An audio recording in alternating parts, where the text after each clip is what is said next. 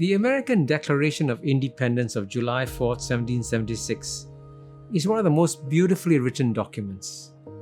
It also contains some key pieces of wisdom. One says that America should show a decent respect to the opinions of mankind. So what are the opinions of mankind on this US-China geopolitical contest?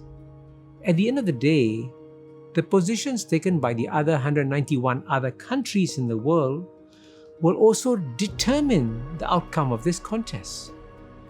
America won the Cold War handsomely against the Soviet Union because it had many strong allies, including the most successful economies in the world like the European Union and Japan, and key third world countries like Egypt, Pakistan, and Indonesia. By contrast, in the current contest, neither America nor China have any enthusiastic allies supporting it. Both America and China will be tempted to use their sturdy geopolitical muscles to cajole, bribe, pressure, and arm twist other countries to join its side. This is normal superpower behavior.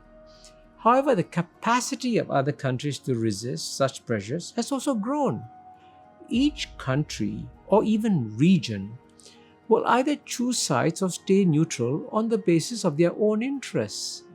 Now, in theory, countries make geopolitical decisions rationally. In practice, personalities matter too. The sharp contrast between Obama and Trump brings this out. When he was president, Obama was also concerned about China's rise. He therefore tried to block American allies from joining China's initiative to set up the Asian Infrastructure Investment Bank, AIIB. Obama failed to stop the UK from joining. Similarly, Trump has tried to block American allies from letting in Huawei. Initially, the UK refused to accede to American wishes. A senior British personality told me in Davos in January 2020 that the UK would never capitulate to American pressures. Yet, by July 2020, the UK had capitulated and announced a ban on Huawei. Trump could bully, Obama could not. This story of British capitulation to American pressure is important for another reason. In the Cold War against the Soviet Union, the British were enthusiastic American allies. Today, there's no such enthusiasm in the UK to join America wholeheartedly. The British have their own interests to protect. London's status as a global financial center will be severely damaged if it cannot trade Chinese RMB. Therefore, most countries will make decisions carefully on the basis of shrewd calculations of their own long-term interests, although emotions will play a role too. Let us begin by studying the attitudes of two key allies of America, the European Union, EU, and Japan. Their final decisions will be a result of complex long-term calculations. Chapter 8 of Has China Won tries to draw out the complexity. In this brief video, we can only provide a relatively simple analysis. To put it simply, the EU will be torn between its head and its heart. As a fellow member of the Western civilization, European hearts are clearly aligned with America, and the Europeans also remember how generous America was to Europe, especially after World War II. But there's a second emotional factor. Even though many Europeans will deny this, they're also subconsciously affected by the fear of the Yellow Peril. Indeed, the Yellow Peril fear was generated in Europe, not America, after the Mongols almost conquered Europe in the 13th century.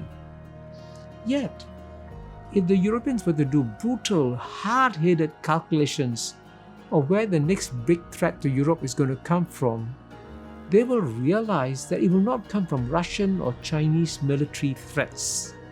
Instead, it's going to come from the demographic explosion in Africa.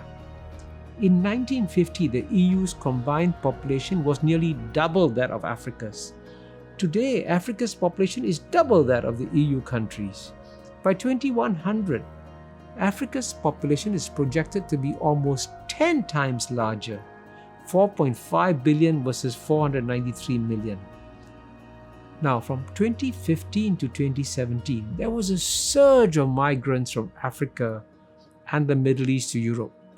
This had a dramatic effect on European politics, with traditional centrist parties losing ground to populist parties.